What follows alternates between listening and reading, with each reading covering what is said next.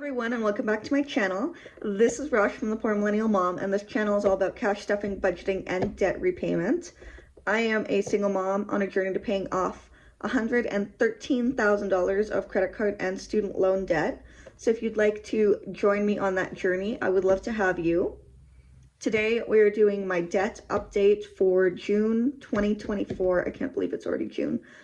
And we're just going to talk through it. I'm going to tell you guys what my plan is, what I'm planning on paying off, etc., etc. So let's get started. I am using the debt payoff tracking spreadsheet from Money and Mindset on Etsy. That's the one by Lauren Miller, and I really like it. I have added some formulas for the next month, just for me to help calculate how much interest I have and kind of make it easier for me to visualize, but we'll talk about that when I get to it. So let's start with June 2024. I cannot believe it's already June, but it is. So we're going to start off with Fido as usual. Fido currently, as of today, has a balance of $242.17. My intention is to pay this card off 100% by the end of June. I have closed the card, so once the final payment goes through, I will no longer need to even worry about it. It can just disappear, it can go away, which will be really nice. I wasn't initially planning on closing that card, and then after I had made a bunch of payments to Fido, they decided to reduce my limit from $3,500 to $600, and at that point it wasn't even worth keeping the card. I didn't see the point, so I closed it. They also couldn't be bothered to give me a call back when I called them about it, so whatever. Once we have paid off Fido, we're going to move on to Tangerine. Now, Tangerine currently has a balance of $1,793.00, and so that's going to be next on our snowball. Scotiabank is after that. That's going to be $2,381.47 at the beginning of June. Right now, I'm paying minimum payments on most of my cards and snowballing the rest, so that's why some of these balances are not budging a lot, which I'd like them to, but we will get there. We will slowly get there, and I might switch things up. I might see what I can do. I know that the RBC Visa is going to be the biggest challenge. It's going to be one that's just hard for me to tackle because it has been hanging over my head for so many years. But we're going to keep on plowing through and see where we are. Speaking of the RBC Visa, as of today, that has a balance of $9,860.96. So it is my highest balance card. It's also my highest interest card at 25.99%, which is absurd. That's absolutely ridiculous. It's like $2,500 in interest every year. So we'll kind of see where I roll after I've gotten rid of these two cards. And then if I want to tackle Scotiabank or I want to tackle RBC, we'll see. The line of credit, I don't know, sorry, I keep clicking the wrong button. The line of credit, the student loans are still same balances because on them right now, I am only paying interest. So the principal balance stays the same. I'm not making any additional payments. Oh, actually, this is now 18. I had to buy some books for my next semester, so that's kind of where we're at. 18,200. Really hoping that my student loans get approved. I have been in limbo with them for over a month, so fingers crossed, guys. Please, I really hope those go through because then I can start paying down my line of credit. Alberta student loan, $35,000, and federal student loan of $40,000. So, those three don't really budge. They sum to the vast majority of my debt at $93,000, but the federal loan is at 0%. So the plan, once the credit cards are eliminated, is to go hard on the line of credit.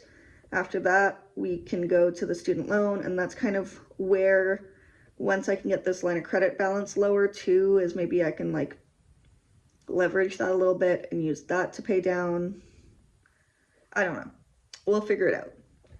So as of the beginning of June, I'm sitting at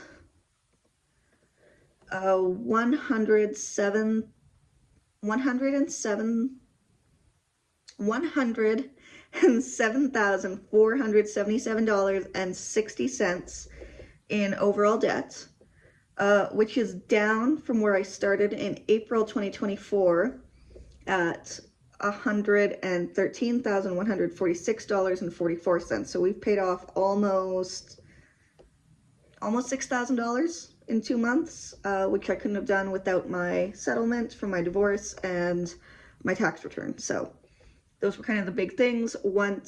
Now that I've kind of thrown those chunks towards those debts, it's going to be a much smaller snowball, but we're going to get there. Anyways, I made a total of $1,781.89 in debt payments. The principal that I paid down was $1,016.58, and I paid $765.31 in interest in May. Yikes.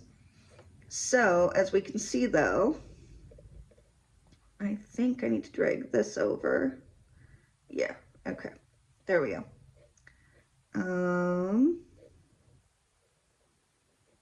This and this, yeah, okay, so these two should match, perfect. So if we go down here to our pie chart, love a good chart, I was just pretty close, $5,922 paid towards debt. We've got a total of, I don't know why, okay. We've got a total of 5.2% paid off and 94.77% to go. I think I'm going to reward myself for every 10% I pay off, because this is a huge number. And if I don't do that, I'm going to go crazy and give up. Know thyself, right? So when I'm down to 90%, I'm going to do something for myself, whether that is getting a haircut, because my hair's getting really long and it's driving me crazy. I prefer it a little bit shorter. Once it's long enough to tie back, it is way too long for me. I also haven't gotten my hair colored in a while, and I want to get that done, so that might be something I save up for and splurge once I get to 90%. Now, if we go down here and we look at the June payments that I have planned, I've got minimum payments penciled in for all of these. So these are the minimums, or at least they were the minimums last month. Fun fact, as you pay debt down, your minimum payments also reduce. But I would suggest, just kind of as a matter of, oh my gosh, there's like honking outside. I would suggest, as a matter of like staying consistent, keep paying off the original minimum payment and not the new lower minimum payments, because that will help you pay it down faster. So I've just kind of kept it at what the minimum payment was in May, with the exception of RBC, where I throw an extra few dollars towards it, because the minimum payment on that one is $237 right now. And I don't like that number, so I made it $250. But that's kind of what I'm planning here. And then for FIDO, we're going to pay, I guess, we'll pencil in $246.20. And that should, in theory, yeah, that'll zero that one out. So I should make about $743 in debt payments for the month of June. My intention is always to make more than the minimum payments, but I think it's good to underpromise and overdeliver, right? So the more extra money I have, the more I can put towards debt payoff, but I also really want to focus on those sinking funds and envelopes. So that is where I'm at right now. Anyways, that brings me to the close of our video. Thank you so much for watching and staying tuned. I really appreciate it. I really appreciate you. If you have any tips or tricks for debt repayments, please let me know. My income is going down over the summer because my part-time job is closed for renovations. And while I could get another part-time job for most of the summer, I do have one job that's only lasts 10 days.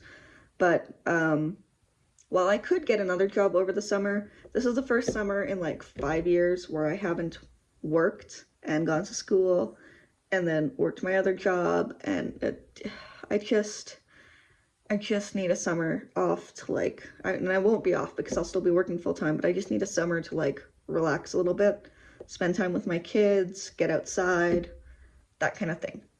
Anyways, thank you again. Thank you so much. I appreciate you, and I will see you again really, really soon.